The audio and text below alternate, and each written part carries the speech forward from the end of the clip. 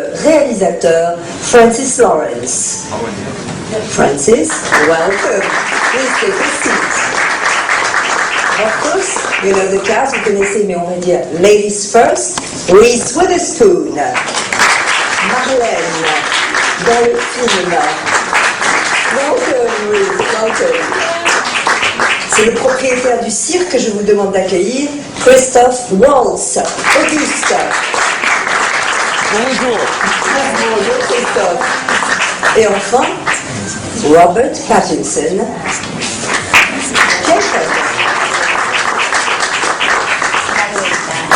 Welcome and thank you for being with us today.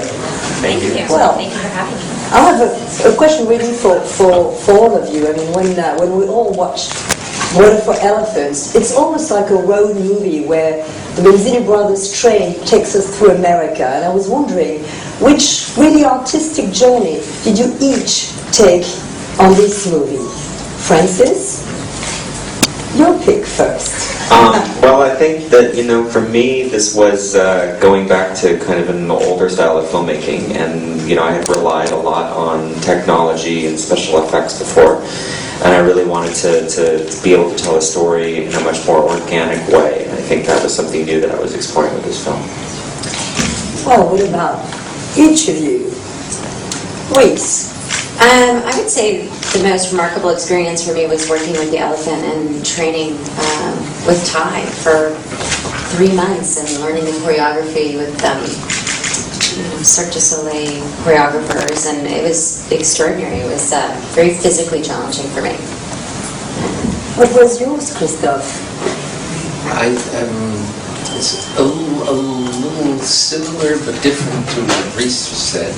I think working with an animal, in this case like the elephant, requires you to take the animal as it is more seriously than yourself. And that's really a fabulous way of approaching what we do, because the animal is just there, and the animal just reacts to what there is. So you have to adapt to the creature, and not just to your highfalutin ideas. What was your journey like, Robert? I don't know. I mean, I just kind of. It was a very instinctive process. I mean, even choosing the project in the first place, I had a great feeling when I was reading the script. I just felt like I knew the guy, and the world that Francis created just made everything so easy. I mean, it was like the easiest film I've ever done. So I can't really describe what the real journey was. It was just. I mean, I had a very similar journey, I guess, as my character. I mean, I just sort of plunged. I got plunged into this world, and I could just react to it as honestly as I could. I guess. Voilà, donc évidemment la question que je n'ai pas traduite au début, mais vous l'avez toute comprise, je sais, c'est bien sûr que ce film, c'est presque un road movie, puisqu'avec le cirque, nous voyageons à travers cette Amérique. Et je voulais savoir, bien sûr, en début de cette conférence, quel était le voyage artistique qu'eux-mêmes avaient fait, quelle expérience ils avaient vécue. À vous, mesdames et messieurs, de vous lancer. Voilà. Je voudrais connaître, comme le milieu du cirque est fortement évoqué, je voudrais savoir quels sont les attachements qu'ils avaient avec le cirque et s'ils se sentaient eux-mêmes saltimbanques du fait qu'ils voyageaient beaucoup avec leurs films. Et c'est une question qui s'adresse à tous, j'imagine.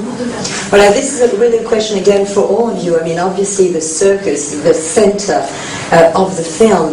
Do you feel sometimes, each of you, that you are, as actors, filmmakers, a little bit of part of a circus? Is the movie world, a film, like a little bit of a circus?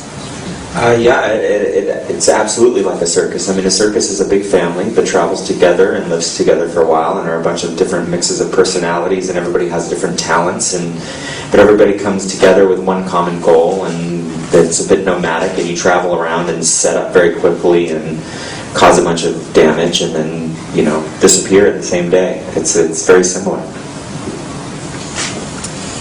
That was every aspect of the question was answered.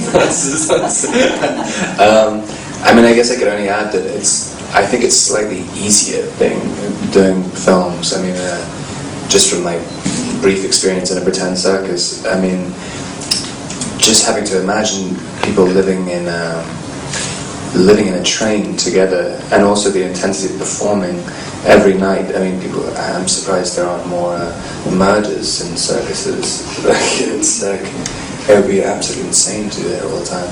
I just did a movie for 8 months and I almost killed myself. But you survived, that's cool. You know that act when the beautiful lady stands in front of a board and the nasty guy takes a Bowie knife and goes.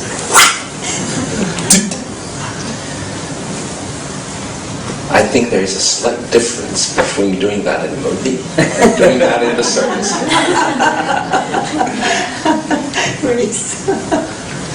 Yes, I think it's true, the aspect of traveling, and that, it's a collaborative medium that all these people have to get together and create, use their talents and their gifts and their skills, and there's parts of it that are very physical and labor intensive, and then there's parts of it that are more performance oriented. So yes, I definitely see a similarity between the movie business. Alors, autre question? Micro? Oui? Bonjour. How did you start working with the elephants?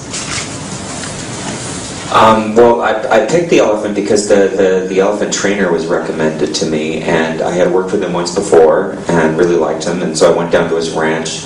He had 5 or 6 elephants, and I met Ty and picked her because she was the largest, the oldest, the most beautiful.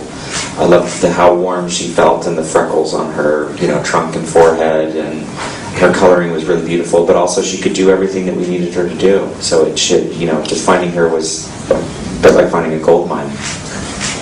Reese, I see you nodding to what Francis is saying. You probably had the closest experience, so to speak, when you were up on that elephant. Could you tell us about it too? Oui, parce que c'est une question, j'imagine, pour effectivement. Oui, et la question est how? Oui, comment? How did you really approach? How did you start working? Well, I've had experience working with animals before, and in my last film we did a lot of work with a dog, and what I learned from that was that you have to figure out what the parameters of the animal's behavior is. And you work with the trainer to bring out that behavior in order to evoke a particular emotional value. And so I did the same thing with this trainer. So we figured out exactly what she could do. And then we would figure out, okay, if there's a scene where Christoph is going to be hitting her with a bullhook, and he had never hit her with a bullhook, he never touched her, but he would swing a small stick, and he would scream and act like he was hitting her. And the trainer and I had worked out a series of behaviors that would look as if she was reacting to being hit, which might be raising her head and opening her mouth, or stepping to the side, or wincing and shutting an eye. And we created a system of these behaviors, and so the trainer would just stand off to the side of the camera and talk to her, and she's only listening to the trainer. And so then you marry the two together, and you get the feeling that she's being beaten. And so we did that for every different kind of scene.